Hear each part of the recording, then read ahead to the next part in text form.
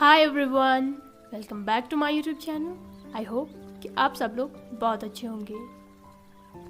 Last part में हमने देखा था कि यीलिंग लाओजा वांग जी के पास आ गया था।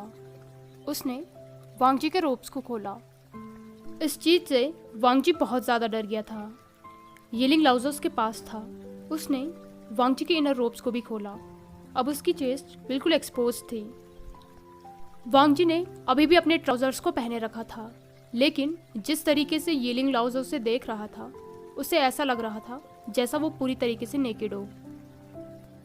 आज से पहले वांग जी की बॉडी को किसी ने भी इतने हंगर से नहीं देखा था, सिवाय एक अल्फा के।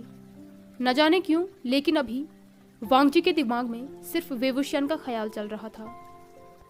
वो होप कर रहा था कि काश वेवुशियन अभी उसके पास वापस लौट कर आ जाता।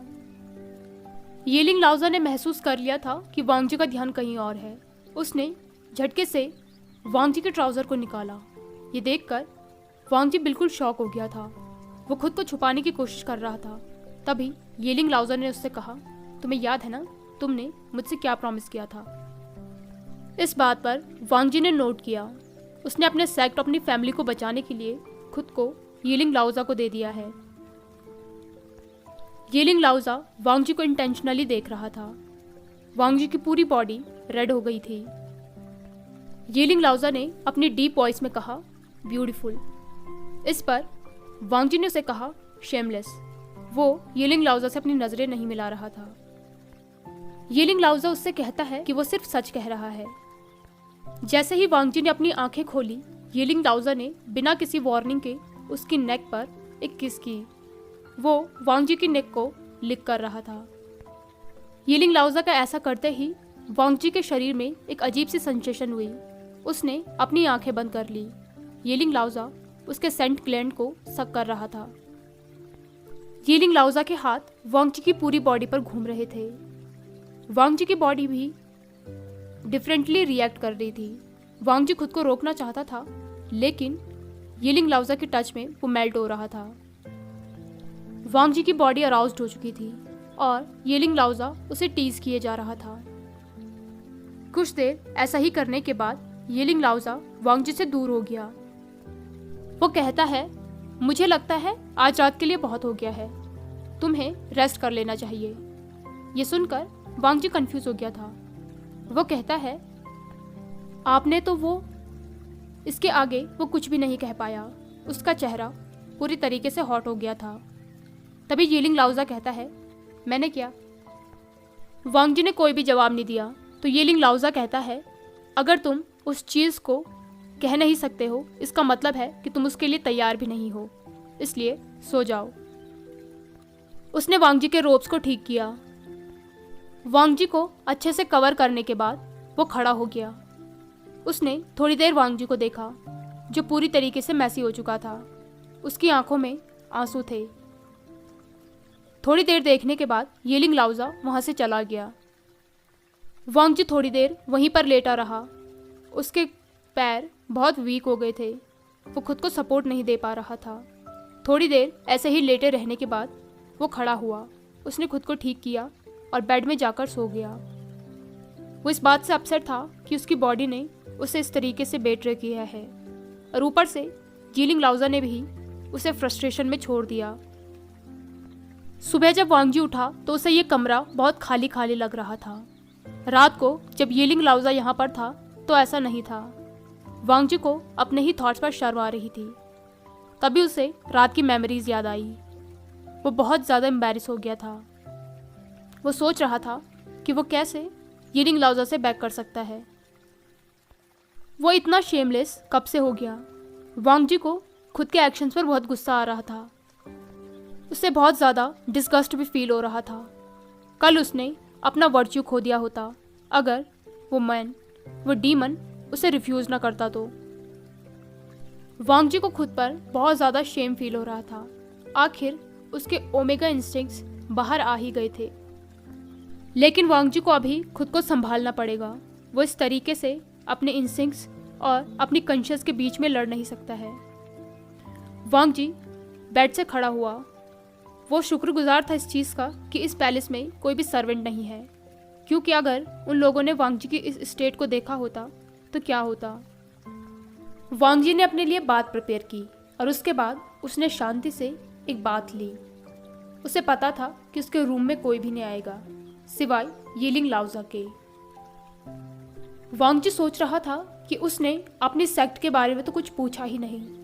जब से वो ब्यूरियल माउंट्स में आया है उसने अपने सेक्ट के बारे में कुछ भी नहीं सुना है। सिर्फ यीलिंग लाओजा ही है जिसे सेक्ट के बाहर की चीज़ें पता होती हैं, क्योंकि वो वहाँ पर लोगों की मदद करता रहता है। लेकिन वांग जी को तो सारी इन्फॉर्मेशन तभी मिलेगी जब वो ब्यूरियल माउंट से बाहर जाएगा। लेकिन अब तो वो ब्यूरियल माउंट से बाहर भी नहीं जा सकता है, क्योंकि उसने खुद को यीलिंग लाओजा को जो दे दिया है।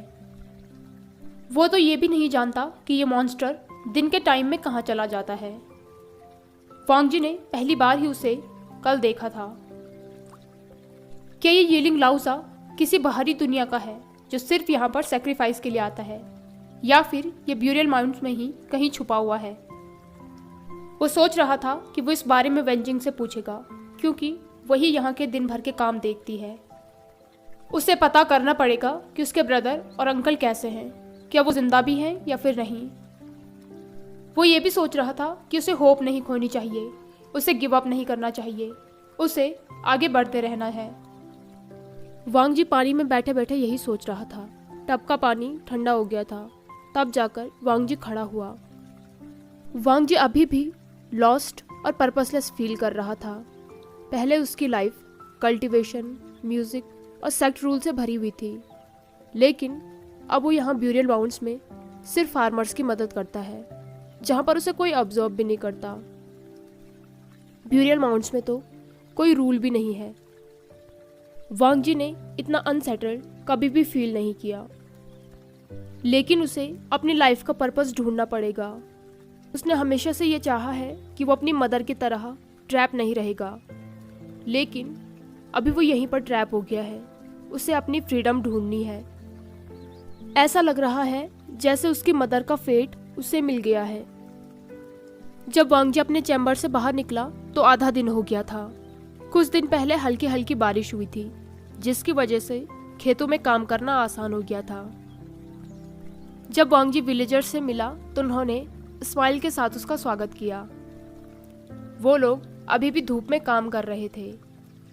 वांग जी भी उनके साथ मिल गया। थोड़ी देर उनके साथ काम करने के बाद उन्हें खाने के लिए बुलाया गया।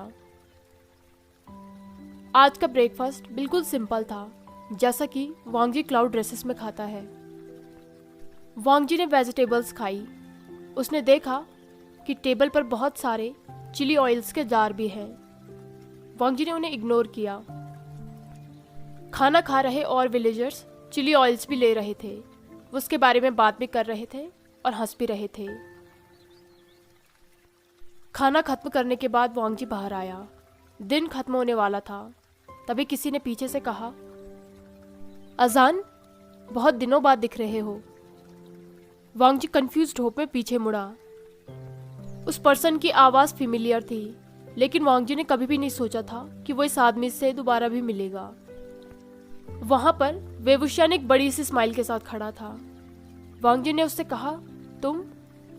इस पर वेवुशियन हंसते हुए कहता है, ओह हाँ, आई एम सॉरी, उस दिन मुझे कुछ ज़रूरी काम आ गया था, इसलिए मैं जल्दी चला गया। तुमने सोचा नहीं होगा ना कि मुझ जैसा पर्सन तुम्हें बिना गुड बाय किए चला गया।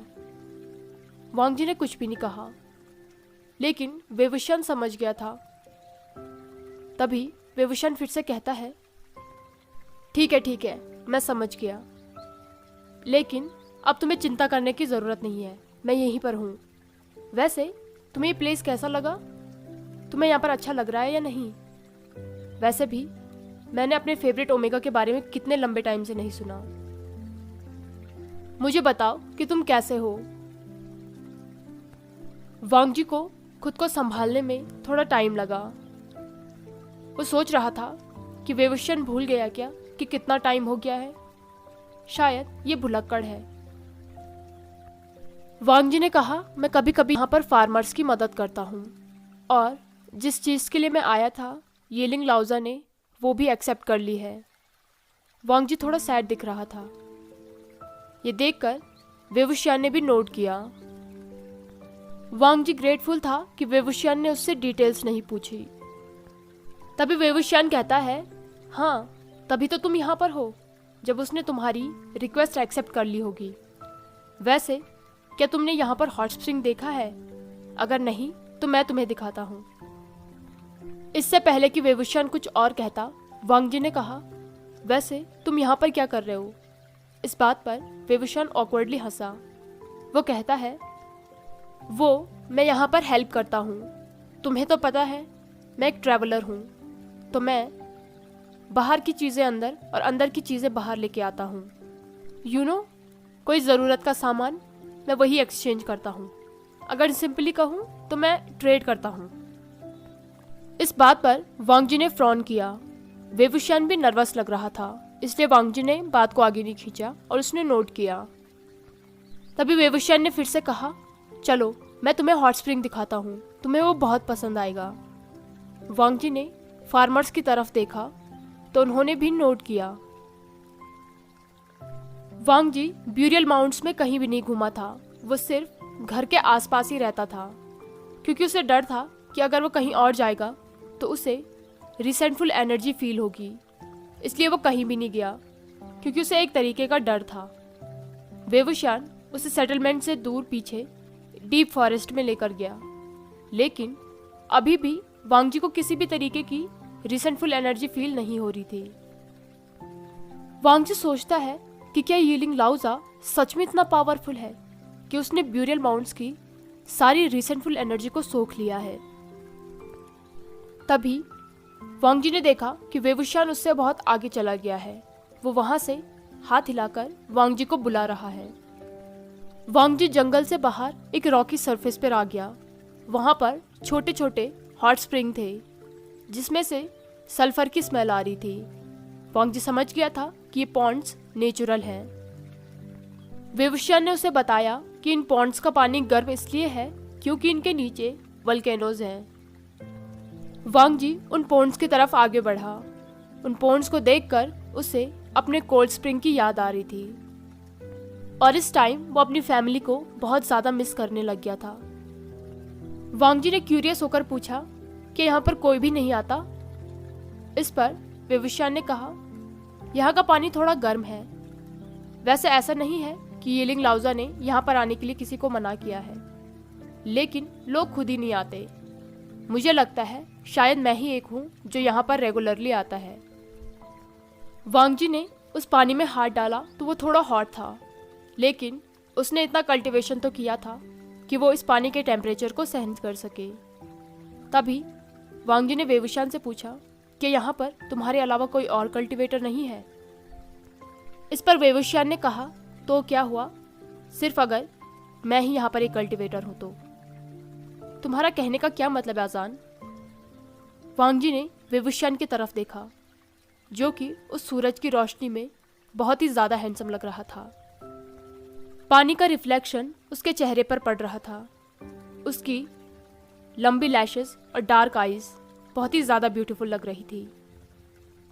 वेवुशियान बिल्कुल एक सन की तरह ब्राइट लग रहा था। एक पल के लिए तो वांग जी की सांसें ही रुक गई थी, लेकिन उसने खुद को संभालते हुए कहा, मुझे लगा कि शायद यहाँ पर कोई और भी होगा जो कल्टीवेशन सीखना चाहता होगा। ये सुनकर वेवुशियान ने कहा, हाँ ज़्यादा नहीं है, लोगों को यहाँ पर रहने की परमिशन नहीं है।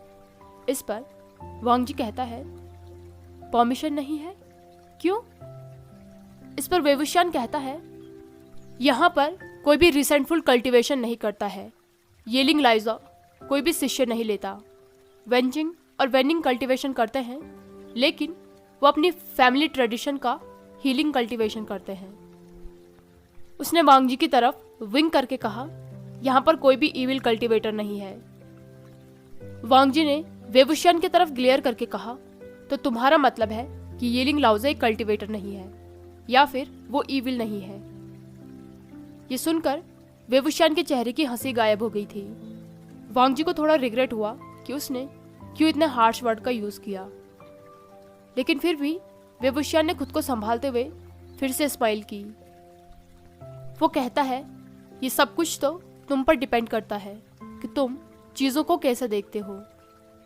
उसने वांग जी को ध्यान से देखा। वो कहता है, अजान, क्या तुम रिग्रेट कर रहे हो यहाँ पर आकर, कि तुम्हें डर लग रहा है?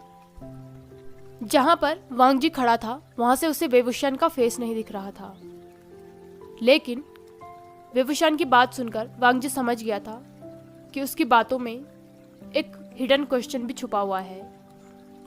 थोड़ी देर हेजिटेट करने के बाद वांग जी ने कहा, मुझे डर लग रहा है। ये सुनकर वेवुशान उसकी तरफ मुड़ा, लेकिन तभी वांग जी ने कहा, लेकिन मुझे कोई भी रिग्रेट नहीं है। थोड़ी देर वेवुशान वांग जी को देखता रहा। वांग जी सोच रहा था कि वेवुशान उसकी सिंसियरिटी को देख सके। वांग जी को किसी भी तरीके का रिग्रेट नहीं है और ना ही वो इसके लिए वेवुशान को ब्लेम करता है कि वो उसे यहाँ लेकर आया। उसे अपने सेक्ट को बचाने के लिए कुछ तो करना ही था और उसे यहाँ भी आना ही था। थोड़ी देर शांत रहने के बाद वेवुशान ने नोट करके कहा, ठीक है अजान, मैं तुम पे भरोसा कर रहा हूँ। फिर वो पानी की तरफ मुड़ा और उसने वांग जी की तरफ पानी फेंका। वेवुशान तब तक हंसता ही रहा जब तक वांग जी ने अपने चेहरे से वो लास्ट ड्रॉप वाटर का पोंछ नहीं लिया। वो कहता है, अजान, तुम्हें अपना चेहरा देखना चाहिए। तुम जब एंग्री होते हो तो और भी ब्यूटीफुल लगते हो। तुम्हें अपनी लाइफ को एंजॉय करना चाहिए, इस हॉट स्प्रिंग को एंजॉय करना चाहिए। वांग जी ने वेवुशान की तरफ देखकर कहा, नहीं, इस बार मैं तुम्हें अपने कपड़े नहीं चुराने दूंगा। ये सुनकर वेवुशान और जोर से हंसने लगा। वो कहता है, सॉरी, अब मैं ऐसा कुछ भी नहीं करूंगा। मुझे यीलिंग लाओजा को गुस्सा थोड़ी दिलाना है, और सच कह रहा हूँ, इस बार मैं छुप के तुम्हें देखूंगा भी नहीं। अगर तुम चाहो तो देख सकता हूँ, लेकिन खुद से नहीं देखूंगा। वांग जी ने उसकी तरफ ग्लेयर किया, लेकिन कोई प्रोटेस्ट नहीं किया।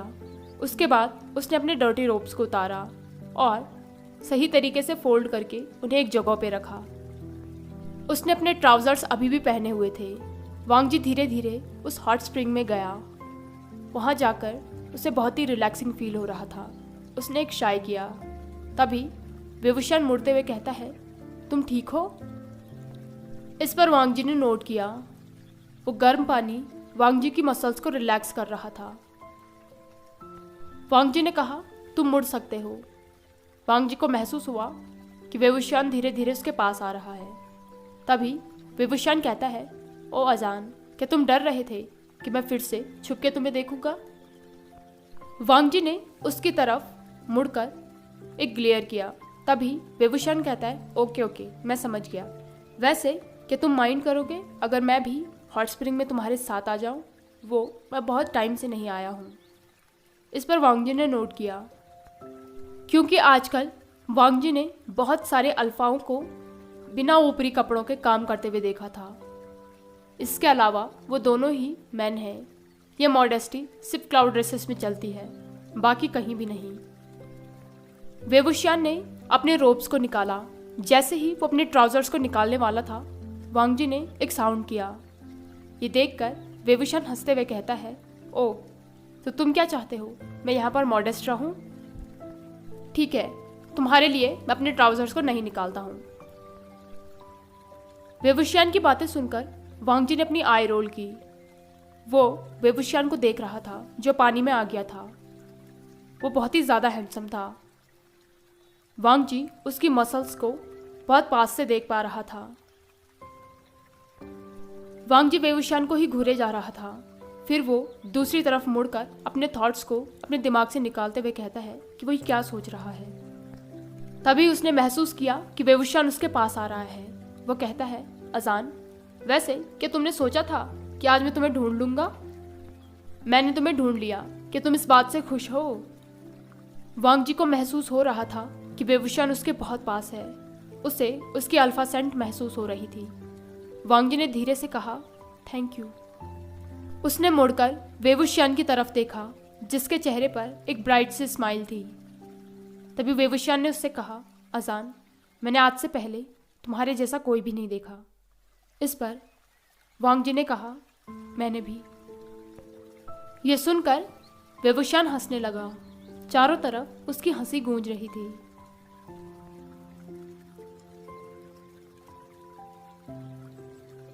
हाय एवरीवन, आई होप कि आपको आज का पार्ट पसंद आया हो। अगर आपको ये पार्ट पसंद आया हो तो इसे लाइक, कमेंट, शेयर और चैनल को पक्का से सब्सक्राइब कीजिए। Thank you.